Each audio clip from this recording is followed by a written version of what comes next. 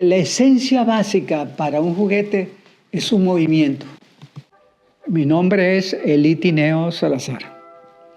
Soy economista, tengo 83 años y desde mucho tiempo atrás me he dedicado a elaborar juguetes para, digamos, como una terapia ocupacional. Cuando empecé mi primaria, teníamos 4 o 5 profesores o maestras.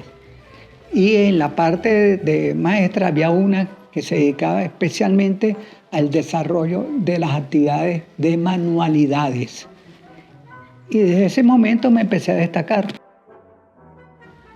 Después entró a otro colegio que también es integral, de formación integral, como es el Liceo Militar Gran Mariscal de Ayacucho, en donde se desarrollan un conjunto de actividades no solamente militar, sino al mismo tiempo de carácter cultural, etcétera, etcétera. Todo el mundo pensaba que yo iba a estudiar arquitectura, pero no, estudié economía.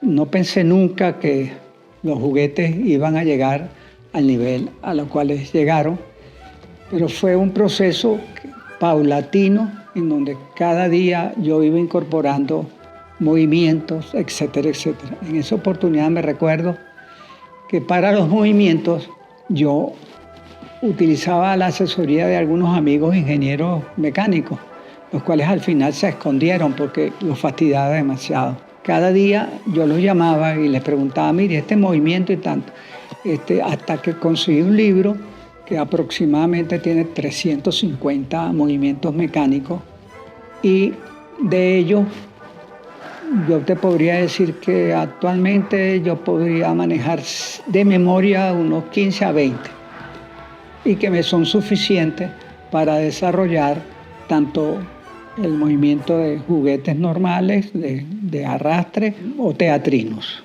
Estando estudiando la historia del juguete,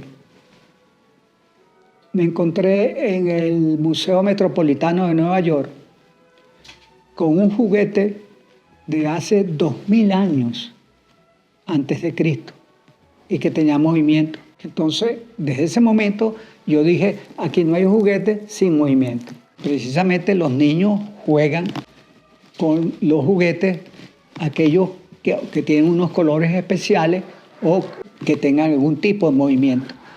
Algunas veces en los teatrinos yo los oculto porque quiero desarrollar o que ellos desarrollen la imaginación de cómo hacen para moverse los personajes. Los teatrinos nacieron hace mucho tiempo. El padre de la hidráulica moderna fue un hombre que hizo el teatrino, el primer teatrino, y que los movía, hacía sus movimientos con agua y leche. Es decir, el teatrino ya es una fase superior en donde en la práctica se llama autómatas, en donde a través de una palanca o a través de un mecanismo mecánico se mueve y actúa de acuerdo a la escena. Me lo acaba de recordar mi hijo, pero recuerdo que este fue el primer juguete que yo le regalé a ellos y en particular, mira, está totalmente oxidado acá, y está suelto sus manitos y sencillamente en esa oportunidad lo que yo podía lograr era el movimiento a través de unas ruedas, que precisamente fue el juguete que yo vi 2000 años antes de Cristo. Entonces, por lo tanto, este ratoncito yo se lo regalé a ellos, a mis nietas, y aún lo conservan. Por otro lado, después también le regalé a mi hija, que se fue a estudiar a los Estados Unidos, el conejito de la suerte. Y le decía yo siempre que por cábala lo tuviera siempre en su escritorio. Yo lo tengo en mi mesa de noche. Este que está acá, el heladero, era de que mi esposa, casi en forma religiosa, todas las tardes las invitaba a comer helado. Todavía esa costumbre existe en ella. las invita a comer helado cuando están acá.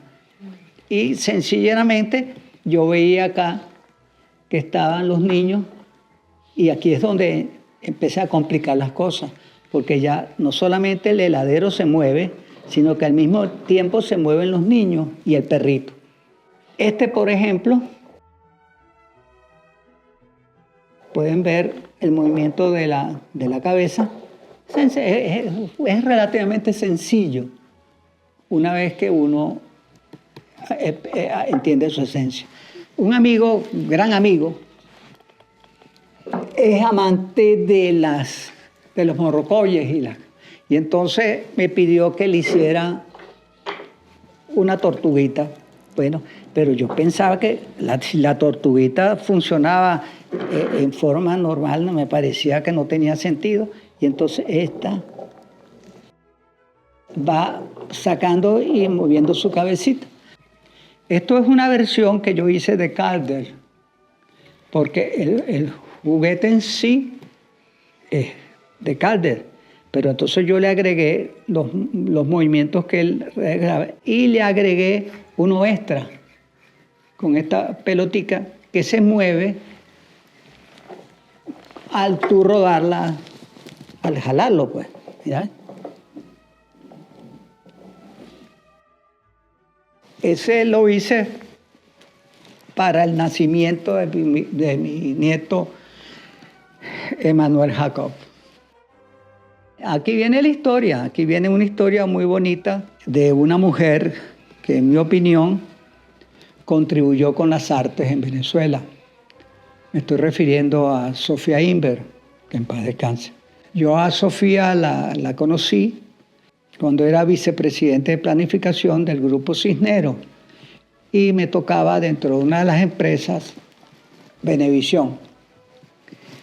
Ellos tenían el programa de la mañana, Carlos y ella, y cuando había un tema de abastecimiento, había un tema económico nacional, siempre me invitaban. Y con eso logramos tener cierta relación y ciertos elementos de amistad. Sofía, estando en casa, aquí en mi casa, vio un teatrino, que fue el primer teatrino que yo elaboré, que me inspiró a hacer ese teatrino.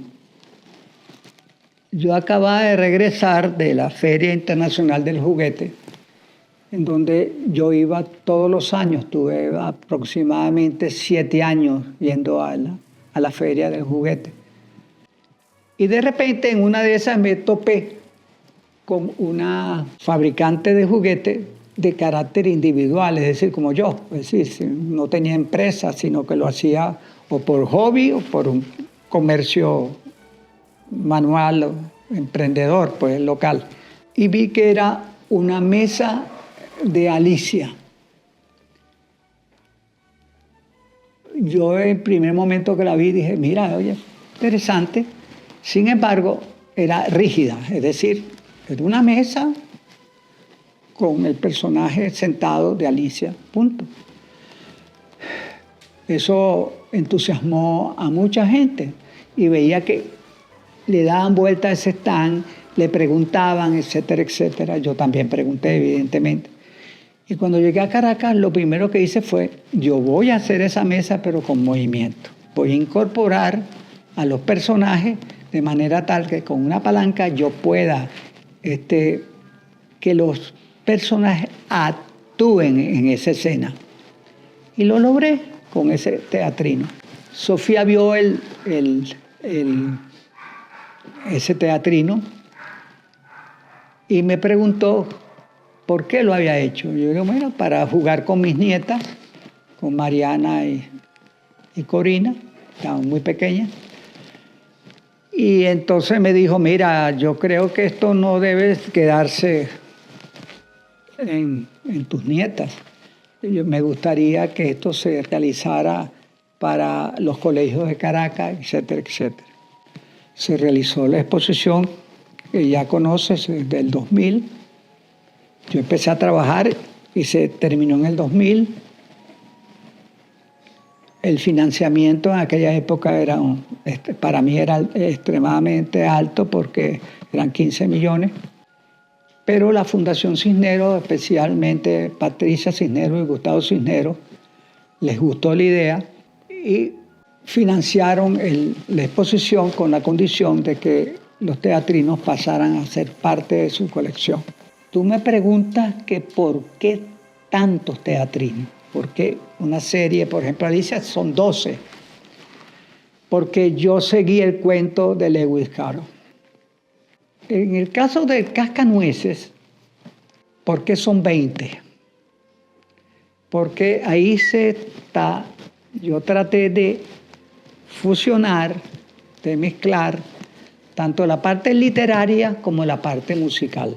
Yo me encontraba con la dificultad de que o iba solamente por el aspecto literario o mezclaba los dos. Afortunadamente, creo que logré un equilibrio en donde tanto la parte literaria como musical se destacan en el cuento. Todo ese tipo de cosas me llevó a usar los teatrinos para contar un cuento, para contar una leyenda, para contar algo que tú pudieras reflejar. Una cosa que marcó mi personalidad y mi forma de ser fue una vez cuando yo estaba en misa, el padre Moore, que era el párroco de la parroquia Santo Tomás Apóstol, me llama a dar comunión. Yo no estaba preparado para eso. Yo me consideraba, pues, y todavía me considero un pecador impresionante. Bueno, lo acompañé. Llegué a mi casa. Normalmente yo no sudo, pero la camisa la podía exprimir de la emoción. En ese momento yo dije, bueno, yo no puedo seguir dando comunión si yo no sé qué es lo que estoy haciendo. Y empecé un proceso de autoformación. De ahí me acordé que yo podía contar historias de la Biblia a través de mis teatrinos. Bueno, empecé en la práctica con un grupo que nos reuníamos anualmente para hacer una exposición sobre San Nicolás de Bari, que por cierto se celebran los 6 de diciembre y que es el patrono de mi ciudad, donde yo nací, en Porlamar, Nueva Esparta. Bueno, me puse a hacer todas estas cosas. Hicimos muchas exposiciones una vez al año, todo un grupo de más o menos 30 personas, distintas profesiones, sobre San Nicolás de Bari. Y mis teatrinos gustaron. Luego entonces llegó el Emaús, lo cual es un retiro tanto para hombres como para mujeres. No se cuenta qué se hace en el retiro por razones, digamos, confidenciales y de que la persona vaya, digamos, a ese retiro con plena conciencia y pueda abrir el corazón ante la situación y el planteamiento a Jesús. Yo pedí permiso a mi párroco. En esa oportunidad era Carlos Porras Miranda, para presentar como servidor, que primero uno es caminante, pero como servidor, mi ponencia para los que estaban caminando por primera vez. Entonces desarrollé Lucas 24. Ahí, de todos esos teatrinos, hay uno que realmente considero que es para mí lo máximo que yo he podido hacer. Por el movimiento. No lo encontré en ninguna parte. En Lucas 24, en la Biblia se plantea que ellos invitan a hospedar a Jesús en su casa, porque ellos no sabían que era Jesús. Y En ese momento Jesús parte el pan, da sus oraciones, y es cuando ellos despiertan a la situación. Ahora, el problema era cómo yo podía hacer un movimiento que partiera el pan. Bueno, yo no encontraba cómo hacer el asunto pasaba días y días pensando cómo hacerlo. Llamé a varios ingenieros mecánicos y ninguno me pudo orientar.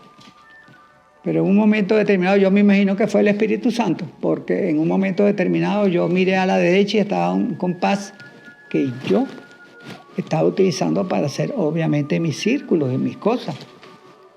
Cuando de repente cojo el compás y le doy y hace justamente ese movimiento. Y ¡ay, aquí está! Y entonces lo coloqué. En ese teatrino lo coloqué, lo logré, perdí el compás porque no encontraba, yo lo rompí, el asunto es que lo coloqué por un lado. Y por otro lado, cuando Jesús parte el pan, los dos peregrinos abren el corazón. Y que es el propósito en particular que todo evangelio tiene, abrir el corazón a la palabra del Señor. Bueno, eso para mí marcó mucho y dije, bueno, si yo puedo hacer esto, puedo quizás poder hacer otras cosas digamos, de la Biblia. Yo me dediqué casi un año en un cuaderno. Yo me paro, yo lo busco.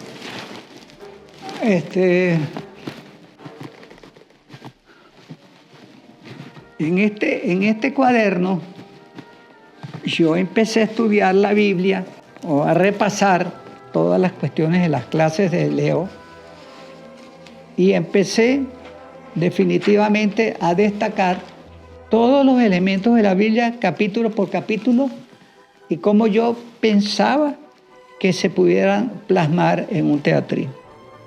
En una noche, una madrugada de esas típicas de que uno se despierta a ver las cosas, se encuentra, me digo, pero espérate un momento, yo no puedo desarrollar toda la Biblia, pero sí puedo empezar a desarrollar su primer capítulo, el Génesis, y en donde está un elemento fundamental que es la creación. Y yo puedo, a través de la creación y del Génesis, incorporar tanto las lecturas del Viejo Testamento como las lecturas del Nuevo Testamento. En esta oportunidad es la razón por la cual yo estoy presentando por primera vez lo que yo llamo la creación. En la práctica le puse un título como Mis primeros pasos por la Biblia. ¿Cuál es la razón de mis primeros pasos? Mis primeros pasos es tratando de incentivar al niño a que el libro más leído del universo, él pueda tenerlo y empezar a verlo, a leerlo con sus padres, con sus familiares y lograr algo que es extremadamente importante para mí. Si un solo niño de los que asistan a esta exposición sale con el deseo de tomar una Biblia y leer y algo así, y leer un buen cuento, humildemente te digo, si hay un niño o dos niños que de esa exposición traigan algo de proyecto, yo me doy por satisfecho. Uno solo.